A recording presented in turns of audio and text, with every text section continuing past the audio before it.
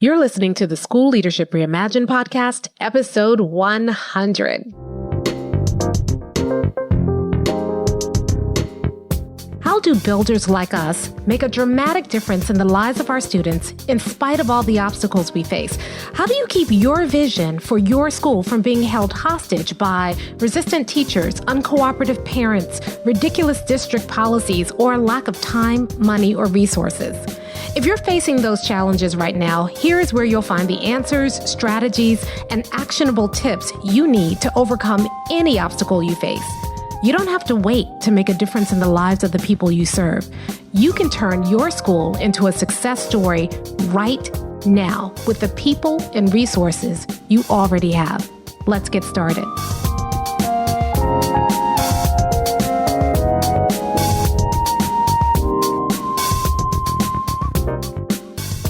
Hey builders, welcome to another episode of the School Leadership Reimagined podcast. I'm your host, Robin Jackson, and today we are celebrating 100 episodes of this podcast.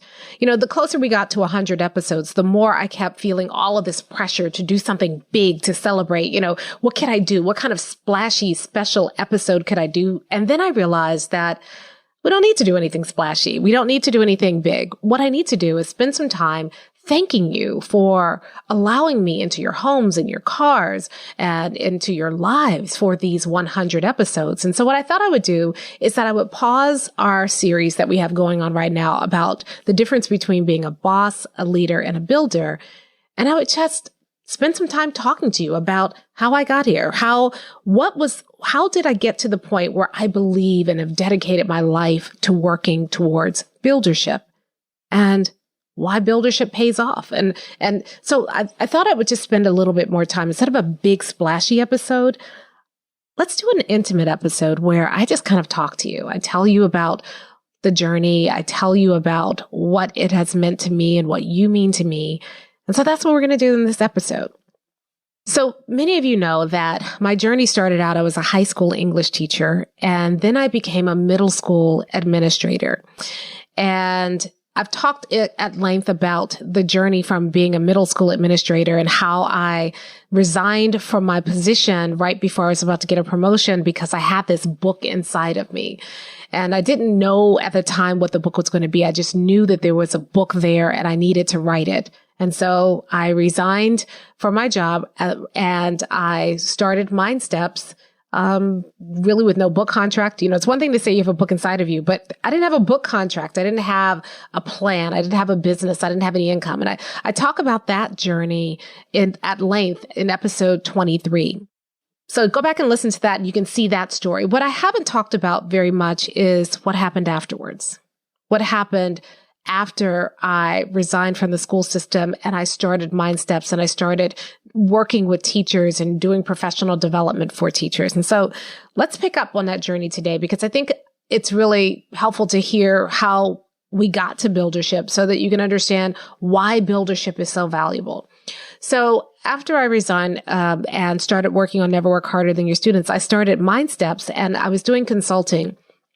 And then when I first started doing the consulting work, I was mostly working with teachers. I was doing a lot of workshops for teachers. But the challenge was that when I would go in and work with teachers, we were showing teachers how to reach every student, how to eliminate failures from their classroom, how to make the work that they were asking of students more rigorous, and how to help underprepared or underserved students reach those rigorous levels of learning. And so I was doing a lot of this work with teachers, and what we found was that when I would go into a school and I would train teachers on this, if the principal was not involved, then the best that we could hope to achieve was pockets of excellence. Teachers were so excited about this work and they would go back into their classrooms and they would start doing it. But if it wasn't supported by the principals, eventually teachers would abandon this work and do what the principals asked.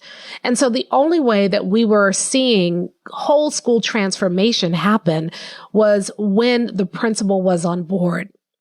And that worried me because there were a lot of teachers who were saying, I want to do this work. I believe it's important. And I had a goal of every teacher becoming a master teacher. And I realized very quickly it wasn't going to happen in a workshop. That if I really wanted to help teachers become master teachers, we had to work with the principals. And so initially we started out by doing workshops for principals just around feedback. We thought we'll show teachers how to shift their focus in the classroom. We'll show teachers how to increase the rigor, how to increase their differentiation, how to serve all kids. And then the principals, when they go into the classroom, we'll show them how to give teachers the kind of feedback that helps promote that. So that's where we started. And soon we found that when principals were learning how to do this kind of feedback, that's when we started doing micro slicing, and principals loved it. But then the next challenge became, okay, I've given the teachers feedback. They hear that feedback. Now what? How do I help them operationalize that feedback? How do I help them use that feedback in their classrooms? And so we realized that we needed to provide principals training around support. So we started doing workshops around how to support teachers and how to help every teacher grow one level in one domain in 1 year or less. Principals loved that, and they started implementing that. And then the next problem became, well, there's some things going on in my culture that are really inhibiting my efforts to give teachers feedback and support. There's a lot of toxicity. Teachers don't want me in the classroom. Teachers, mutiny every time we try to do PD. And so then we started doing work around culture and how do you move a culture and remove toxicity from the culture. And that worked. And then the next problem came with principals were saying, this is a lot and we want to keep this up, but there are all these distractions that get in the way. How do we sustain our growth over time? And then we realized we needed some work around accountability. So initially we were just offering a bunch of workshops, and the schools that took that information and put systems around that information, they began to grow. And I'll tell you, I'll be honest with you, it was a real blow to my ego, because I remember going to a school and they had done this tremendous work. And I visited the school about 3 years after I'd stopped working with the school just to check on them and see how they were doing. I happened to be in town. And when I stopped by, they showed me around and showed me all the stuff that they were doing. And it kind of hurt my feelings because they were telling me we were doing this and we're doing that. And I'm like, yeah, I showed you how to do that.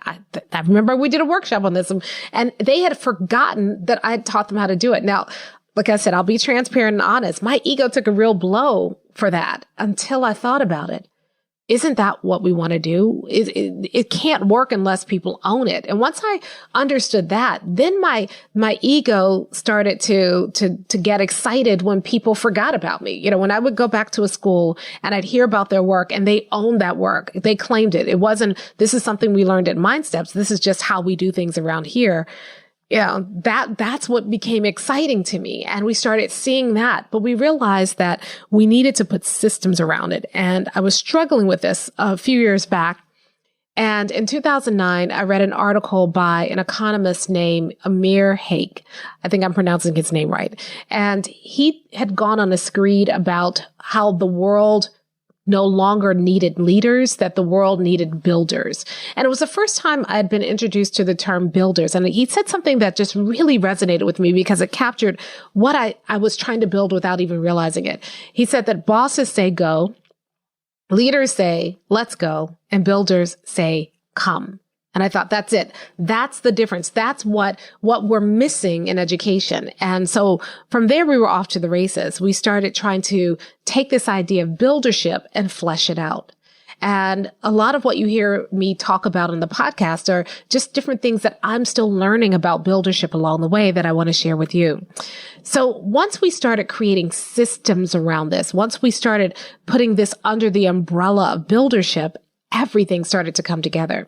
And now when we're working with schools, rather than just giving them, building just skills around, feedback, support, accountability, or culture, it's part of a bigger model.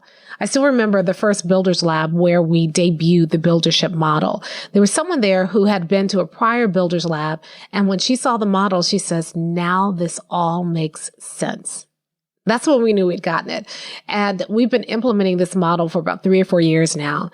And we're starting to see schools take the model, start to put their own spin on it, and use it to move their schools forward, to achieve things that they thought were impossible.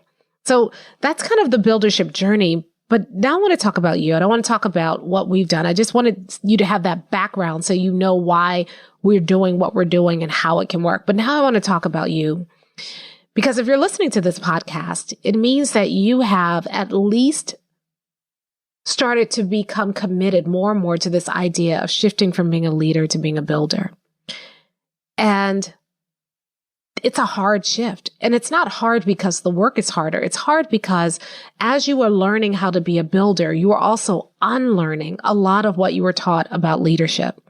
Just the other day, I was doing a builder's lab, one of our private builder's labs, and someone asked me, why is it that people don't create visions that include 100% of their students? I don't get it. Why are we even in education if we're not thinking about how we serve 100% of our students? I don't get why people hesitate or why people write visions that aren't really focused on that.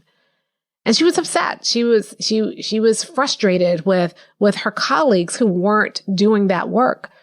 And I said, you can't be mad at people. It's how they were trained. I mean, when have you ever been told that your vision should include 100% of your students? Most of the time, we are told to look for incremental gains every single year. And people kind of say, well, you're never going to get to 100%, but let's get close. Or they'll even say things like, because we're not just talking about 100% of our students, we're also talking about 100% of our teachers, every teacher becoming a master teacher. And every time I say that, people are like, well, I'm not sure about that. And they start hedging. And they do it in the name of being realist. But builders aren't just realist. We're not just looking at the situation we are today. Because if we did, we would say the same kind of things. Yeah, it's not going to happen. And you're right. It's not going to happen with the school that you have right now. You're not going to get to 100% with the school that you have right now. You're not going to get to 100% of your staff, every teacher becoming a master teacher with the school that you have right now or with the way that you are building them. You're not going to get there. But what would this school have to look like in order for you to be there? That's the difference. That's the step that builders take that leaders never take, is we recognize, we can't get there. We're never going to get there with the school that we have. So what do we need to build? What kind of school do we need to build so we can get there? What kind of a professional growth process do we need to put in place in our school so that 100% of our staff become master teachers? And that's where making the shift from leadership to buildership gets hard, because so much of what we see right now is discouraging. When we look at our staff, we see people and we just can't imagine that person ever being a master teacher. And part of it is that we have this mythology around what a master teacher looks like. It's akin to sainthood. My definition of a master teacher is pretty simple. It's a teacher that helps every child achieve. It's a teacher that helps every child hit or meet or exceed the standards, period. And when you think about that, why shouldn't every teacher be able to do that? Why shouldn't every teacher be able to reach every kid? Or else why are we in business? Why do we have schools? If we're not striving for that, what on earth are we doing? And so one of the reasons that I love Buildership so much is that it opens up new conversations. It steps outside of what we've already been taught, and it starts to imagine what could be, not what is. Doesn't mean the builders aren't realists. We look at what is. We have a process for taking a really hard look at what is and why it is. But we don't stop there. And I think that's the difference. With leaders, they stop there. This is our reality, so let's deal with our reality. What builders say is, this is our reality, our current reality. What does our reality have to look like in order for our vision to become true? What does our reality have to look like for success to be predictable for every single child? That's the difference. That's what builders do. We step away from our reality and we start looking at what could be. And then we get to work building that and turning what could be into what is. And I think that if you can allow yourself to accept the fact that your reality does not have to stay where it is right now, if you can allow yourself to start imagining a new reality, well, then you're a builder. Even if you don't have everything perfect yet. A lot of people come to Builder's Lab, and in Builder's Lab, you learn a lot. You get exposed to the whole model, and you're learning a whole bunch of skills, and people try to come back and do all the things. But if you're a builder, you don't do all the things at first. You recognize you can't do all the things at first. You start figuring out, what is the thing I need to do right now that gets me closer to the reality that I imagine for my students, for my teachers. And then you get to work on that. The moment you start thinking about what could be, you're a builder. The moment you start accepting that what could be, you're a builder. And you don't have to worry if you get it all perfect. I don't get it all perfect. Even the things that I teach you, there are times when I just don't, I slip back into kind of the default stuff. I start going back into what I learned as a leader. There are times when I get frustrated with people and I think, you know what, this person has to go. And then I have to check myself and say, nope. I wouldn't do it if they were a kid in my classroom. I can't do it if they just because they're sitting in this workshop and they're not paying attention, or just because they're sitting in this workshop and they're not trying. I don't dismiss people. I don't write them off, because that would be antithetical. I have to ask, what do I need to do in this workshop to help reach this person? What does this workshop have to look like for that person to be successful, for that person to grow? What do I need to say differently to help this person grow? And when you do that, that's when the work gets so much fun. Someone the other day said to me, you mean to tell me, Robin, that if I'm a builder, all my worries go away? Is that what you're trying to say to me? And she really didn't want the answer to that question, because the answer to the question is kind of, yeah, it does. You don't get stressed out in the same way when you're a builder, because the problem is the solution when you're a builder. So when problems come up, you don't look at them and say, oh, here's another problem. I'm so stressed out. You look at that and say, where's the solution in the problem? And then it gets exciting. The work gets fun. And people who haven't accepted buildership yet, they don't see that. And I used to get kind of frustrated with those people, the people who wanted to challenge me, the people who refused to see that there was a better way, the people who just wanted to stay stuck in negativity. I used to get really frustrated with those people. And now I just feel really sorry for them, because I know there's something better out there and I want that something better for them. So if you're here, if you're listening, if you have allowed yourself to believe that, you know what, my vision could happen. I don't know how it's going to happen yet, and the road ahead is not clear to me, but I believe it could happen. If you've done that, you're a builder. And then that's the hardest part. Once you've done that, the rest gets easier. And people always look at me like I'm crazy. Like, Robin, these are real problems. I get that. But once you start allowing yourself to envision what could be, what does our school have to look like for this vision to be true? Once you do that, then figuring out how to get there becomes easier. I was talking to one of our builders inside of our office hours. So when office hours are, if you go to Builders Lab, or if you're a member of BU, Buildership University, we do something called office hours, where people can come, they can ask questions, they can bring challenges. We do it in a Zoom meeting so they can share their screens. And, so can you take a look at my master schedule and give me some feedback? Can you take a look at this thing I'm going to roll out to my staff and give me feedback? Or I rolled this out and it didn't work. Can you help me figure out what the next step's going to be? That's what office hours are. Anyway, so he was in office hours and he said, I rolled this out to my staff and it was a colossal failure. And he started talking about how the staff pushed back and it just went nowhere. And he was really discouraged and he was saying, what did I do wrong? And I said, nothing. He said, but they didn't accept it. I said, yeah, I know. They didn't accept it the first time, but as a builder, you don't take the first rejection and go on. You take that as feedback. That wasn't a rejection. It wasn't a failure. It was feedback. Why didn't they accept it? What was it about what you were rolling out that they didn't accept? It was aligned with your vision, clearly. It was a result of your doing your builder's blueprint. So you knew that this was a root cause and this was your attempt to solve the root cause. So now, if you believe this is the right work for the school to do, and your teachers didn't buy into that, why? He said, I don't know. I said, well, go back to your teachers and say, hey, listen, we all believe in this vision, right? You still believe in this vision. We've gotten that buy-in around that. Is that still our vision? Do you still believe in that? Yeah. All right. Well, then this is our next step. And here's why. And share that thinking with them. Can you see that? Yeah. So then why did you not embrace this? And it's not about an attachment to a program. It's more about how this is what I believe is our best work that we should be doing right now. If you don't believe that, help me understand why, and then help me find the best work to do. Because we're reimagining our school. We're reimagining what this reality currently is for our students and creating a new reality for our students. So help me do that.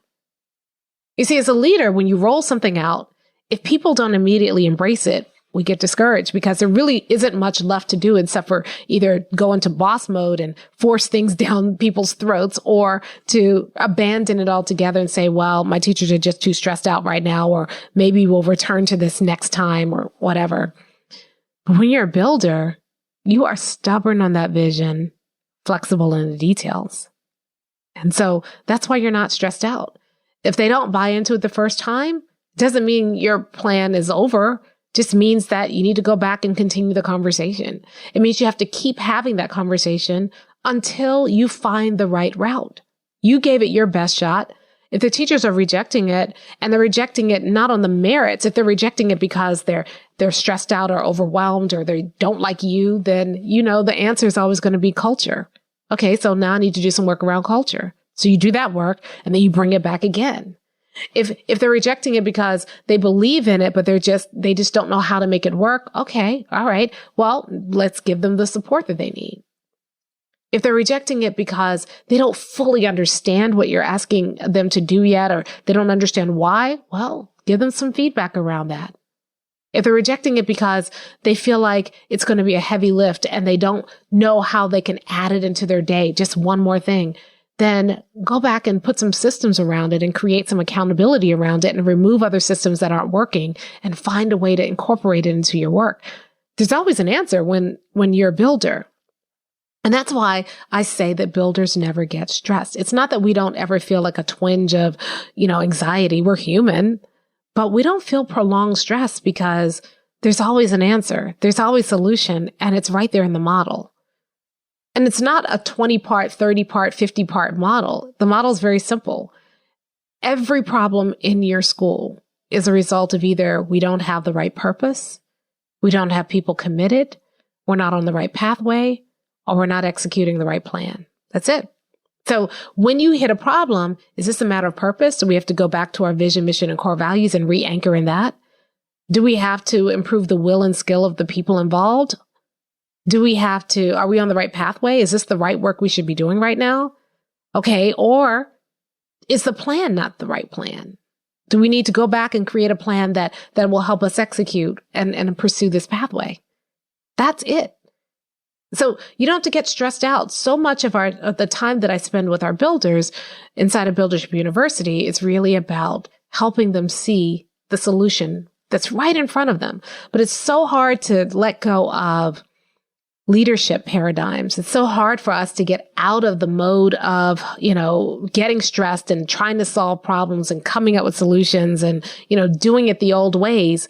When you're a builder, the more you practice it, the less stressed you become, the more you start to see opportunities in every problem, the more the solution is just right in front of you.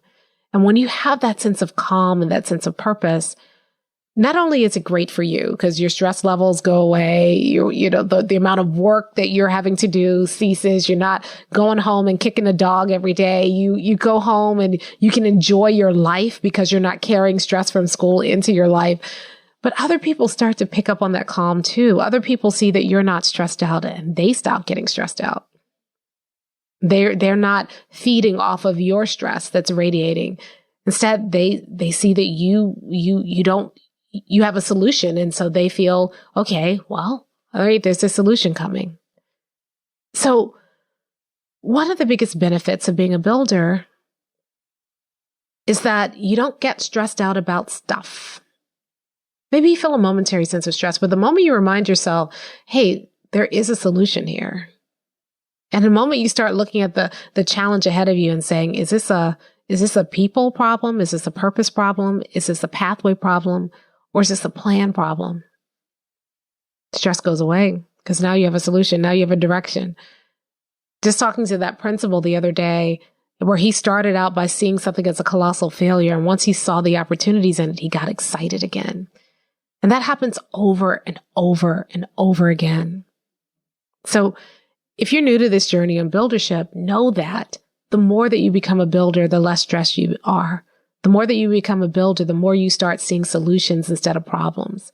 The more that you become a builder, the more people trust you because you continually find solutions. The more that you become a builder, the less your stuff gets derailed by some sort of momentary hiccup because you're playing the long game.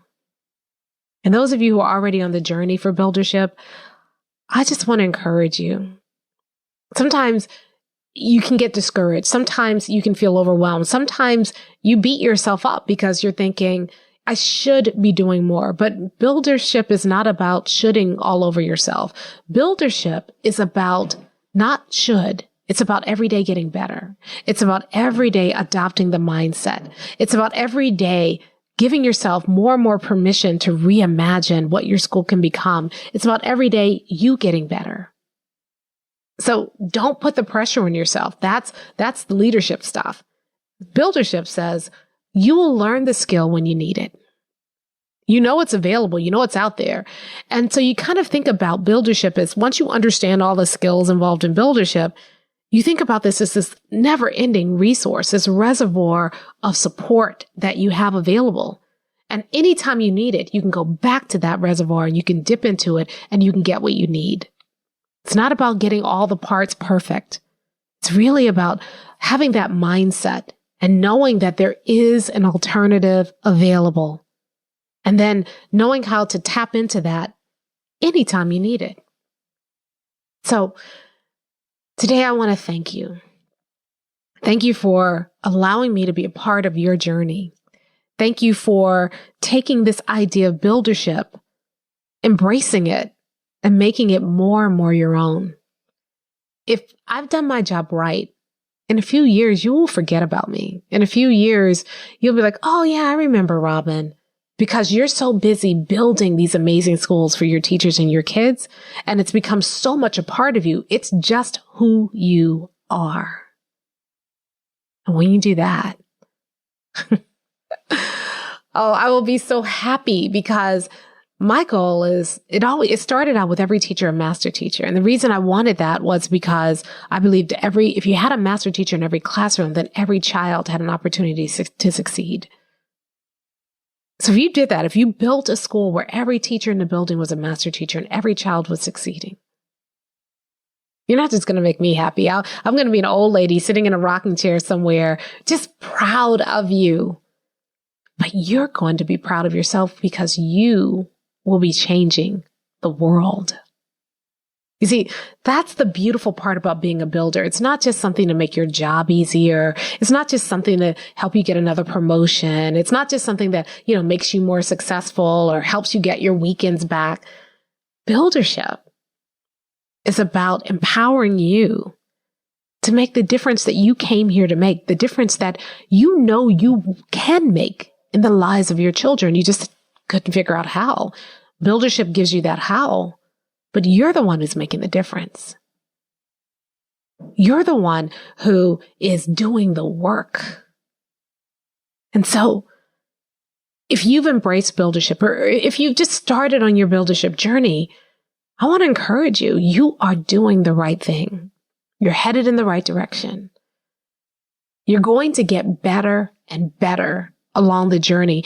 And what's even more important is you won't get buildership down perfectly. Nobody does. But what you'll do is you'll make buildership work for you.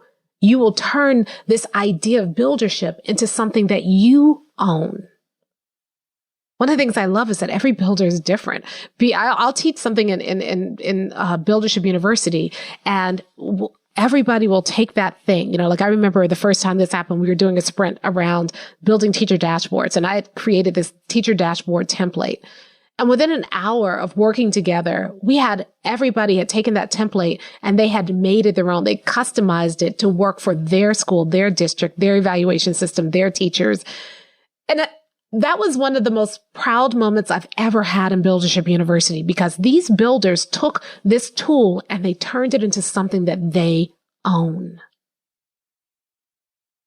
That's what I want for you. I don't want you to take what you learn here on this podcast and try to implement it perfectly. I want you to take what you learn on this podcast and use it to reimagine who you are as an administrator in your building, and then who your school is, what your school can become. That's true buildership. It doesn't have to look like what I teach. You should take it, use it, turn it into something that serves you and serves your kids.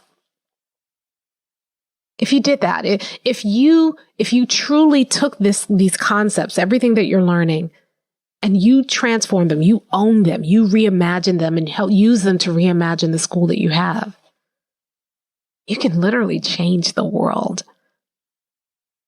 And that's what gets me excited. That's what gets me up in the morning. That's what keeps me coming back for 100 episodes and 150 episodes and 200 episodes. Is I want to share these nuggets with you so that you can grab them. You can use them. You can use them to empower yourself. And then you can use them to change some part of the world. That's what we're building together here on this podcast. So thank you. Thank you so much. If you've only listened to one episode, if you've listened to every episode, thank you for trusting me enough to let me walk alongside you in this tiny, small way on your journey. I want you to know that I appreciate each and every one of you. When you reach out to me on LinkedIn or Twitter or in the School Leadership Reimagined Facebook group and you share your victories, I feel like they're mine too. When you take something that you learned here and you make it yours and you use it to do something that you dreamed up for your students and your teachers, I'm so proud.